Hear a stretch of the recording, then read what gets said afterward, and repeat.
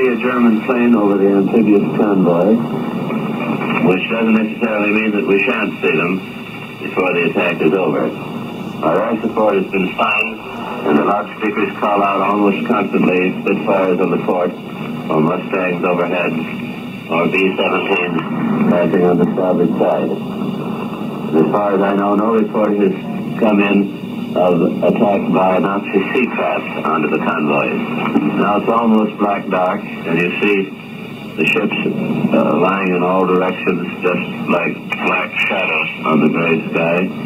Some signaling out to sea, sheltered on the inside from the Germans' eyes, signaling with red lights and blinking code.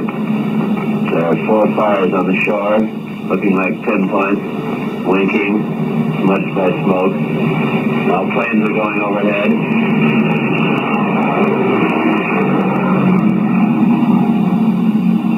That baby was plenty low.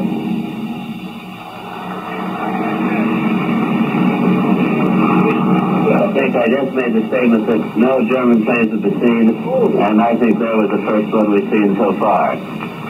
It came very low, just cleared our stack, and as he passed, he let go a stream of tracer that did no harm. And then just as that happened, there was a burst of fire on the coast just off of us 5 miles. You probably heard me. German planes have been in the sky now. The darkness is on us, and the tracers have been flying up. They seem to have withdrawn from them for the moment, but the plane that we just had come over our ship was the first Nazi we've seen so far. He took a pass at us and went on, and nothing particular happened.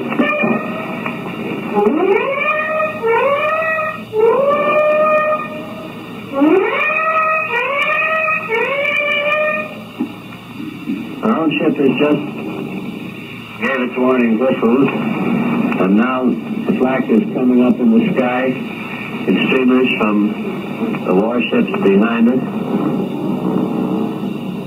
The sparks seem to just float up in the sky. We're too far away to hear their explosion. Heavy firing now just behind us, and anti-aircraft bursts in the sky, and bombs bursting on the shore and along in the convoys from the German planes that are beginning their first attack on the night of June 6th. Now the darkness has come on it. These planes are here overhead now. The motors of the Nazis coming and going in the cloudy sky.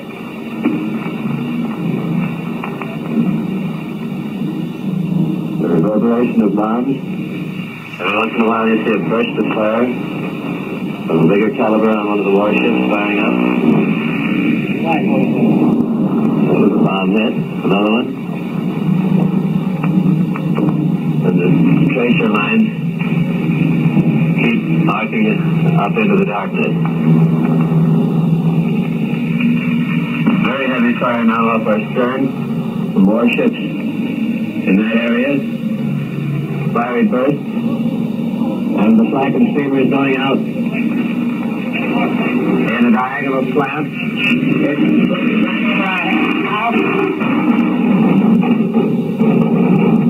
First thing over our heads was a ship from the captain's liner.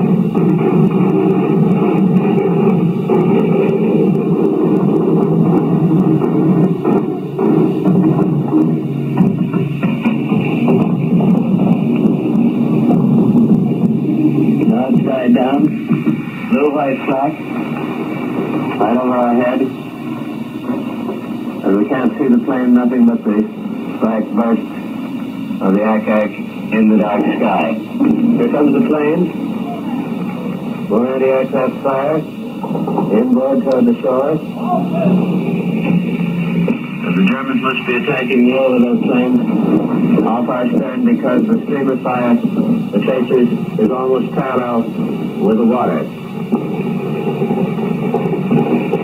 Hot tracer lines are coming up almost all around us, off the stern and off the side toward the French coast. Flares are coming down now. You can hear the machine gunning.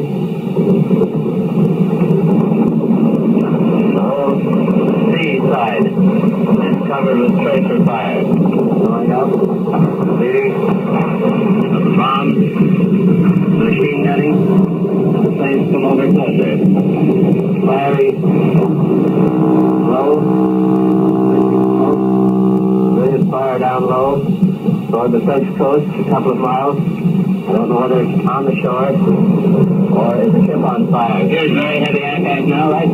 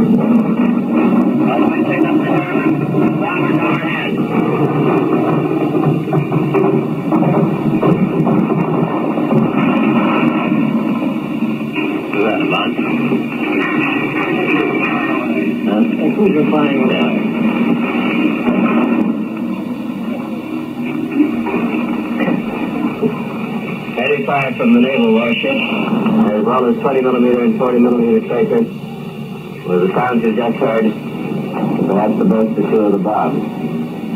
Well, let's crash for a moment now.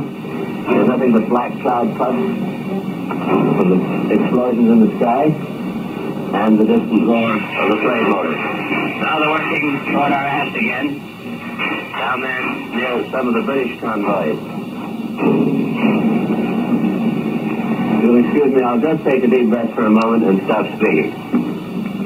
Now the air attacks seem to have died down, except for the British convoy, off a couple of miles beyond us. And for that one fire burning near the shore, the French shore, which is beginning to die down somewhat. Can't report that there were any hits, because they seem to have been on any of the ships around us at all. See nothing in the night, no fires or anything of that kind. There we go again, another plane come over.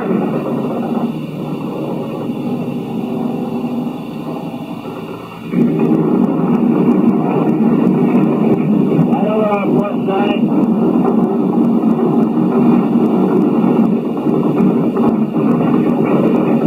Rangers are making a knock right over our bow now. Into the clouds before they burst.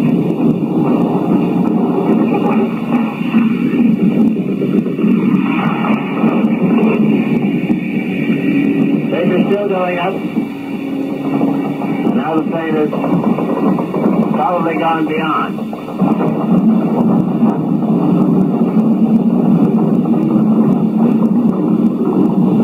Looks like we're going to have a night tonight. Get it there, Lloyd! Another one coming over. And it goes around one side of the corner now.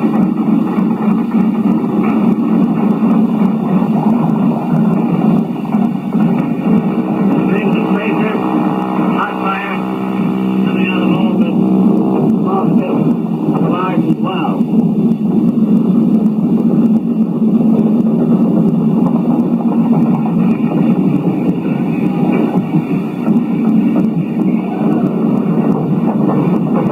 Is falling down through the sky and circling down. Maybe a hit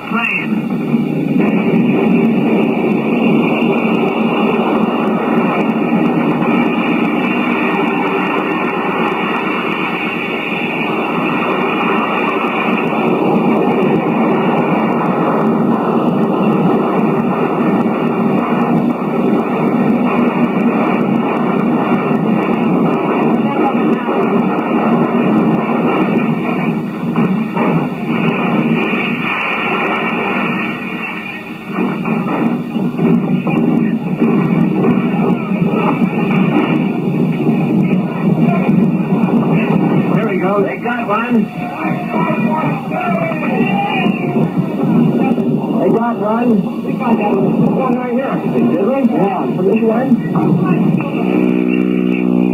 Great blotch of fire came down and is smoldering now just off our port side in the sea. Smoke and flame there. You said it. I get the greatest back. I'll make it with my